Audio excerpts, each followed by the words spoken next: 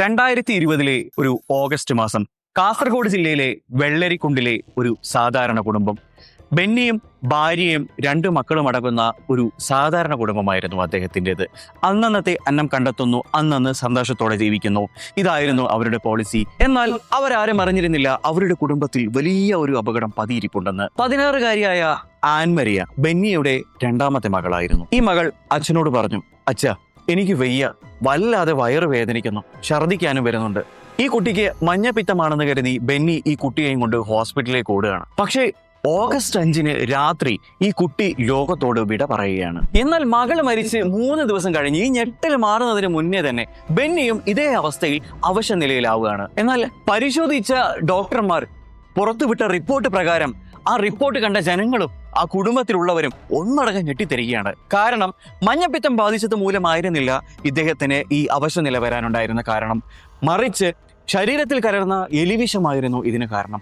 ഈ കുടുംബത്തിലുള്ള മറ്റേതോ ഒരാൾ തന്നെ ഈ കുടുംബത്തിലുള്ള ബാക്കിയുള്ളവരെ കൊല്ലാൻ വേണ്ടി ചെയ്ത, മനഃപൂർവ്വം ചെയ്ത നരഹത്യയാണ് നമ്മളിവിടെ കണ്ടത് എന്ന് ചുരുക്കം. എലിവിഷമാണ് മരണകാരണമെന്ന് പോലീസ് സ്ഥിരീകരിച്ചതോടുകൂടി ആ കുടുംബത്തിൽ ബാക്കിയുള്ള 2 പേരെ കേന്ദ്രീകരിച്ച് അന്വേഷണം ആരംഭിക്കുകയാണ്. ഇപ്പോൾ ആ കുടുംബത്തിൽ ബാക്കിയുള്ളത് ഭാര്യയും അതേപോലെ മൂത്ത മകൻ 22 വയസ്സുകാരനായ ആ ആൺകുട്ടിയുമായിരുന്നു. കോവിഡ് കാലമായതുകൊണ്ട് തന്നെ ആരും അങ്ങനെ കാര്യമായിട്ട് പുറത്തു പോയിരുന്നില്ല. അതുകൊണ്ട് തന്നെ ഈ കുടുംബത്തിലുള്ള ഈ 2 പേരിൽ ആരോ ഒരാളാണ് ഈ പ്രവൃത്തി ചെയ്തത് എന്നുള്ളത് പോലീസിന് 100% ഉറപ്പായിരുന്നു എന്ന് വേണമെങ്കിൽ പറയാം. അതുകൊണ്ട് തന്നെ ഇവരെ കേന്ദ്രീകരിച്ച് അന്വേഷണം തുടങ്ങാൻ പോലീസ് തീരുമാനിക്കുകയാണ്. പോലീസ് ഉദ്യോഗസ്ഥരുടെ അന്വേഷണം പുരോഗമിച്ചുകൊണ്ടേയിരുന്നു. ഈ കുടുംബത്തിൽ അവശേഷിച്ച 2 പേരുടെയും ബ്ലഡ് സാമ്പിളുകൾ എടുത്ത് പോലീസ് പരിശോധനയ്ക്ക് അയച്ചിട്ടുണ്ടായിരുന്നു. റിപ്പോർട്ട് വന്ന പോലീസിന് ഏകദേശം കാരണങ്ങളൊക്കെ ഉറപ്പാവുകയാണ്. ഭാര്യയുടെ ശരീരത്തിൽ ഏകദേശം 30% എലിവിഷം കലർന്നിട്ടുണ്ട്.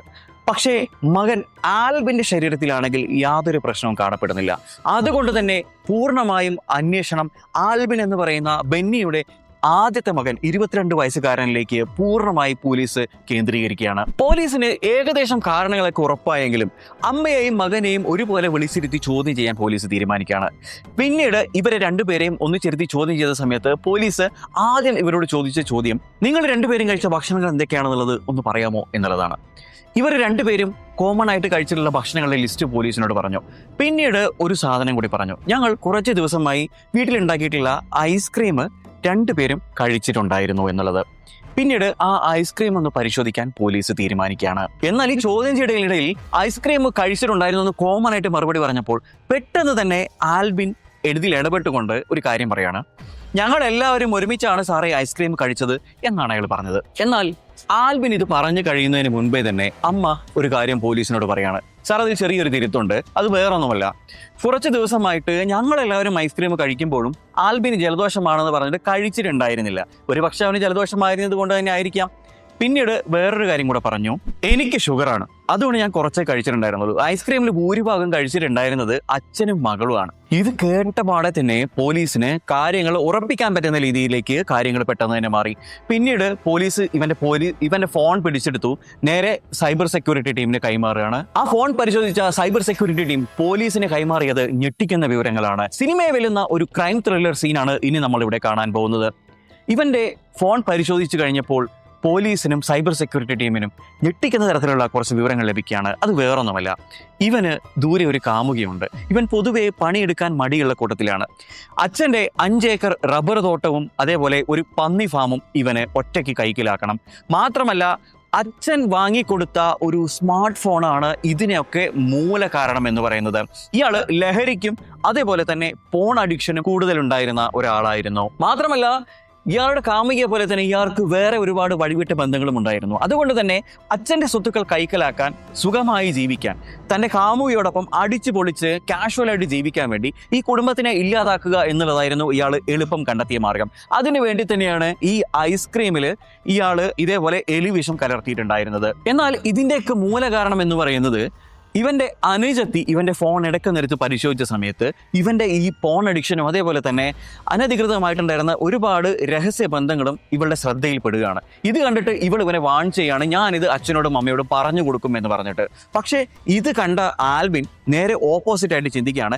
ഈ രഹസ്യം പുറത്തു പറഞ്ഞാൽ തൻ്റെ അഭിമാനം നഷ്ടപ്പെടുമെന്നും അതുപോലെ ഈ കുടുംബത്തിൽ തനിക്കുള്ള സ്ഥാനം പോകുമെന്നുള്ളത് മനസ്സിലാക്കി ഇവളെ ഇല്ലായ്മ ചെയ്യാൻ വേണ്ടിയിട്ട് ഇവൻ ഒരു ഗൂഢാലോചന മെനയുകയാണ്.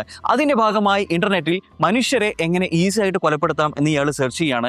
എന്നിട്ട് ഇയാൾ കണ്ടുപിടിക്കുകയാണ്, എലിവിഷം കൊണ്ട് കൊല്ലുകയാണെന്നുണ്ടെങ്കിൽ ഈ കാരണം പുറത്തു വരാനുള്ള സാധ്യത, ആരാണ് കൊലപ്പെടുത്തിയത്, എന്തിനു വേണ്ടിയാണ് കൊലപ്പെടുത്തിയത്, എങ്ങനെയാണ് കൊലപ്പെടുത്തിയത് എന്ന് തുടങ്ങിയിട്ടുള്ള ഈ കാരണങ്ങൾ പുറത്തു വരാനുള്ള സാധ്യത വളരെ കുറവാണ് എന്നുള്ളത് ഇയാൾ കണ്ടുപിടിക്കുകയാണ്. ആൽബിന്റെ ഉള്ളിലെ ഈ കൊലപാതക ചിന്തകൾ വളരെ വികരമായ രീതിയിൽ ചിന്തകൾ ഇങ്ങനെ വികസിച്ച് വരികയാണ്.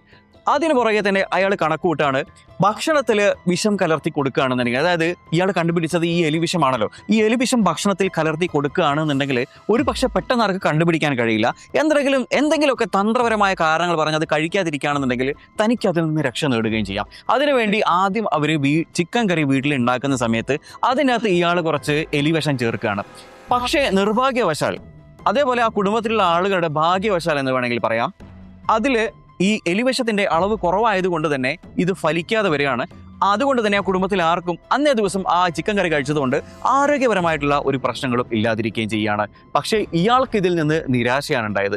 ഇയാൾ പിന്നീട് ഇവർ കോമൺ ആയിട്ട് കഴിക്കുന്ന ഭക്ഷണം എന്താണുള്ളത്, നിരന്തരം കഴിച്ചുകൊണ്ടിരിക്കുന്ന ഭക്ഷണം എന്താണുള്ളത് എന്നുള്ളത് നോക്കി ഒരു റിസർച്ച് ചെയ്യുകയാണ്. എന്നാൽ ഈ സംഭവം നടക്കുന്നതിനിടയിലാണ് ആൻമരിയ ബെന്നിയുടെ ഈ വൃത്തികെട്ട രഹസ്യങ്ങൾ കണ്ടുപിടിക്കുന്നത്.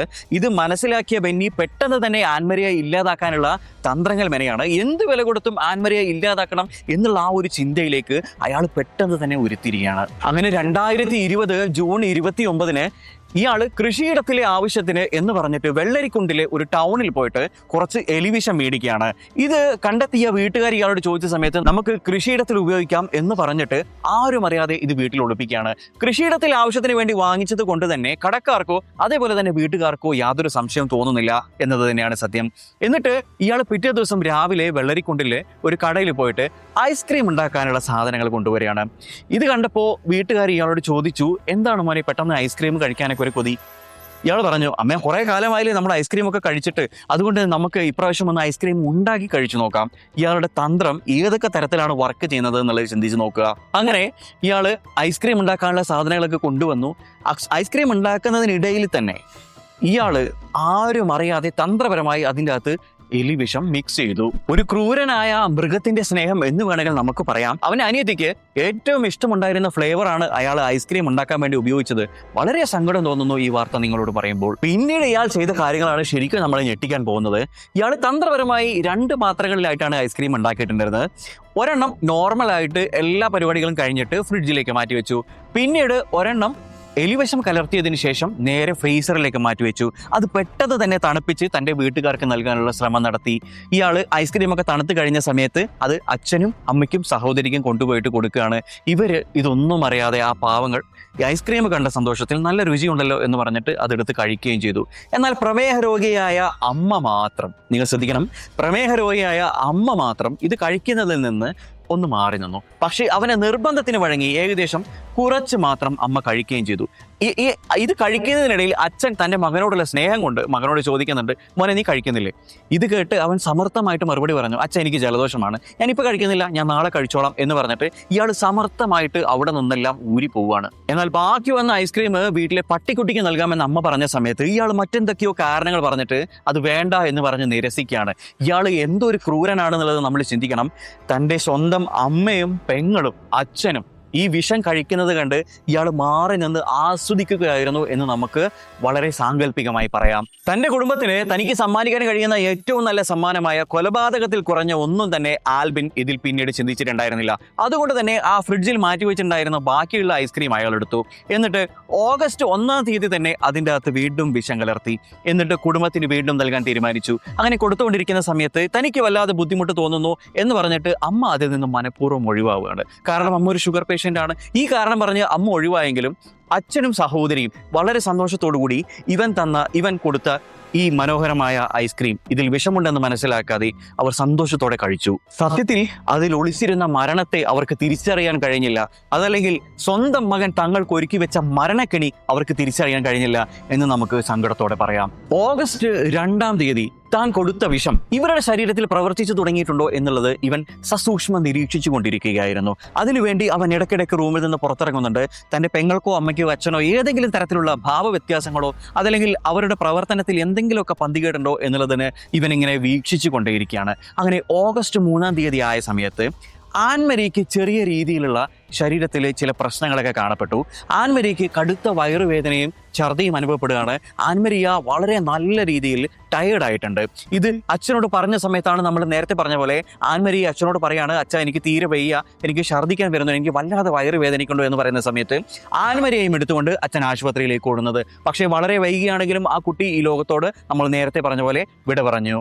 അങ്ങനെ ആദ്യമായി സ്വന്തം ചോരയെ ഇല്ലാതാക്കിക്കൊണ്ട് ആ ക്രൂരനായ മനുഷ്യൻ തന്റെ ലക്ഷ്യത്തിലേക്ക് അടുത്തുകൊണ്ടേയിരിക്കുകയായിരുന്നു. സൈബർ സെല്ലിന്റെ റിപ്പോർട്ടുകൾ പുറത്തു വന്നതോടുകൂടി ആൽബിൻ എന്ന് പറയുന്ന ആ ക്രൂര കൊലയാളിക്ക് പിടിച്ചു നിൽക്കാൻ കഴിയുമായിരുന്നില്ല. അവർ സൈബർ സെൽ പോലീസിന് മുമ്പിൽ എല്ലാ രഹസ്യങ്ങളും പുറത്തു പറഞ്ഞു. ഇങ്ങനെ തുറന്നു പറയുന്ന സമയത്ത് പോലും പോലീസുകാരുടെ മാനസികാവസ്ഥ എന്തായിരുന്നു എന്ന് വെച്ച് കഴിഞ്ഞാൽ, സ്വന്തം പെങ്ങളുടെ ശവസംസ്കാരത്തിൽ ഒരു തുള്ളി കണ്ണീർ പോലും പൊഴിയാതെ അവളെ കൊന്നു കൊലവിളിച്ച ആ കൊലയാളി യാതൊരു കുറ്റബോധവുമില്ലാതെ കണ്ണുനീർ തുടയ്ക്കാതെ ഇതിനു മുന്നിൽ നിൽക്കുന്നത് കണ്ട ആളുകൾക്ക് തന്നെ ഇത്തരത്തിൽ ഇവനോട് ചെറിയ സംശയം തോന്നിയിരുന്നു എന്നുള്ളതാണ് സത്യം. ഒടുവിൽ നിയമത്തിന്റെ കാര്യങ്ങൾ ഇയാളെ വിലങ്ങണിയിച്ചു.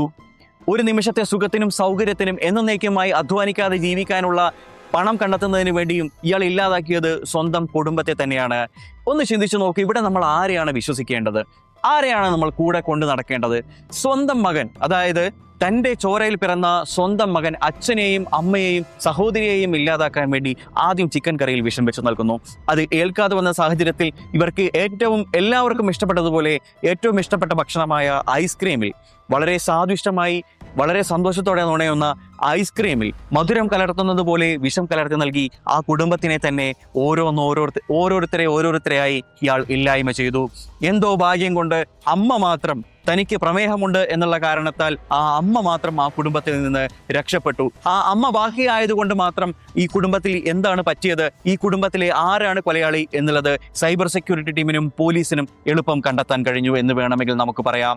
പ്രിയപ്പെട്ടവരെ, സൈബർ ലോകത്തിന്റെയും സ്മാർട്ട് ഫോണുകളുടെയും അമിതമായ ഉപയോഗം, അതല്ലെങ്കിൽ സ്വത്തിനും സമ്പാദ്യത്തിനും വേണ്ടി ഒരു മനുഷ്യൻ എത്രത്തോളം തരം താഴാം എന്നുള്ള രീതിയിലുള്ള ഞെട്ടിക്കുന്ന ഒരു ഓർമ്മപ്പെടുത്തലാണ് ഈ സംഭവം. ഈ സംഭവത്തിനെ കുറിച്ച് നിങ്ങളുടെ അഭിപ്രായങ്ങൾ എന്ത് തന്നെയാണെങ്കിലും ഈ വീഡിയോയ്ക്ക് താഴെ കമന്റ് ചെയ്യാൻ മറക്കരുത്. നാളെ നല്ലൊരു വീഡിയോയുമായി വീണ്ടും കാണാം. അതുവരേക്കും ഗുഡ് ബൈ.